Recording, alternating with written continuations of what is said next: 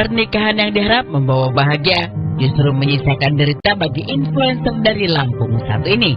Inilah jerit hati Yuniar, ungkap kisah pilu dalam pernikahan yang baru seumur jagung, ditalak 3 oleh sosok tempat yang menyadarkan segala harap.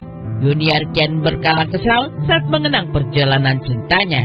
Dulu, nyaris pernikahannya urung terlaksana. 1 bulan sebelum naik pelaminan, Yuniar mendapati hal tasdap tentang sang pujaan dan calon mertua yang dianggap kerap membicarakan segala keburukannya dalam pesan mereka. Di ambang-bimbang, Yuniar sempat gamang menapaki pernikahan. Jadi kalau untuk mertua itu, aku sih nggak tahu ya dia seperti apa yang detailnya. Cuma yang aku lihat waktu sebelum nikah itu baik. Tapi ternyata waktu hamil 1 bulan, aku sempat membatalkan nikah karena apa? Ada beberapa kayak chatan juga yang aku buka di HP-nya mantan suami aku. Mereka tuh kayak di depan aku kayak sayang banget gitu. Ternyata di belakang aku beda gitu. Apa yang diomong di depan dan di belakang tuh ternyata beda. Itu sih yang ngebuat aku sempat membatalkan nikah. Sempat meminta pernikahan untuk dibatalkan saja, Yuniar akhirnya luluh juga setelah melihat perjuangan calon suaminya saat itu. Yuniar kian pasrah dengan keadaan ketika orang-orang terdekat, bahkan orang tuanya sendiri, disebut tidak percaya atas segala keluh kesahnya. Tak ingin mengecewakan banyak orang, Yuniar pada akhirnya harus menanggung derita sendirian. Menyimpan rapat-rapat kisah suram tentang dugaan kekerasan dalam rumah tangga, Yuniar akhirnya beranikan bicara ketika ia ditalak 3 oleh sang suami. Mantan suami aku masih memperjuangkan aku pada saat itu ya. Terus orang-orang tuh kayak nggak ada yang percaya loh omongan aku. Kayak ini cuma ujian kamu mau nikah, udah gitu. Nggak ada yang percaya aku ceritain kayak orang terdekat aku, bahkan orang tua aku sendiri nggak ini ujian nikah. Tapi setelah menikah, apa feeling aku beneran terjadi kan gitu. Sebenarnya terjadi. Aku mendem Kak, itu benar-benar aku sembunyi dari keluarga yang kekerasan verbal, non verbal atau KDRT segala macam itu aku sembunyikan, dan aku membuka ke keluarga aku, ke adik-adik aku itu waktu di bulan Desember kemarin yang benar-benar aku udah di tahap 3, itu aku baru benar-benar membuka sih. Kecamuk perasaan melewati hari demi hari dalam pernikahan masih memecah getir dan air mata Yuniar hingga sekarang. Ketika sosok yang diharap bisa menjadi pelindung justru ambil bagian untuk menghancurkan harkat dan martabatnya, Yuniar harus berkawan dengan kekecewaan begitu dalam. Ketika suami aku tidak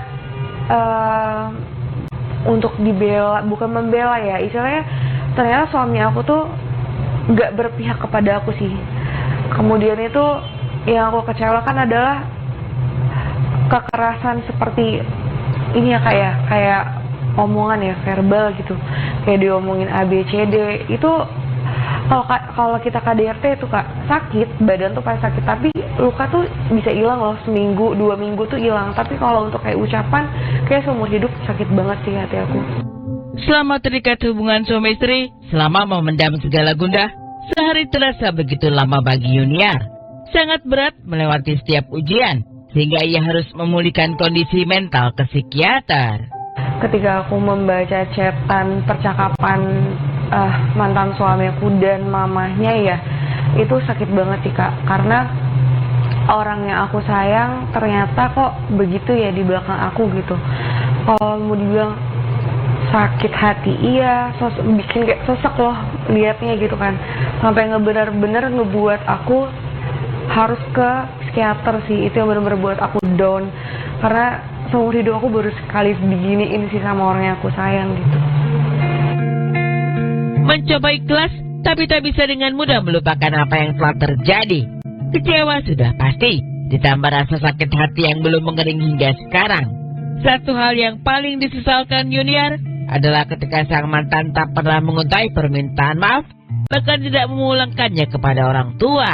Sama aku kecewanya, tidak pernah sampai detik ini, tidak pernah ada kata maaf, tidak pernah memulangkan aku secara baik-baik ke orang tua aku. Yang aku pengen tuh sebenarnya cuma minta maaf. Kalaupun memang harus bisa baik-baik, karena kita kan nikah awalnya baik ya gitu, awalnya baik, nggak ada apa namanya, ya baiklah awalnya gitu, kok kenapa endingnya harus kayak gini gitu.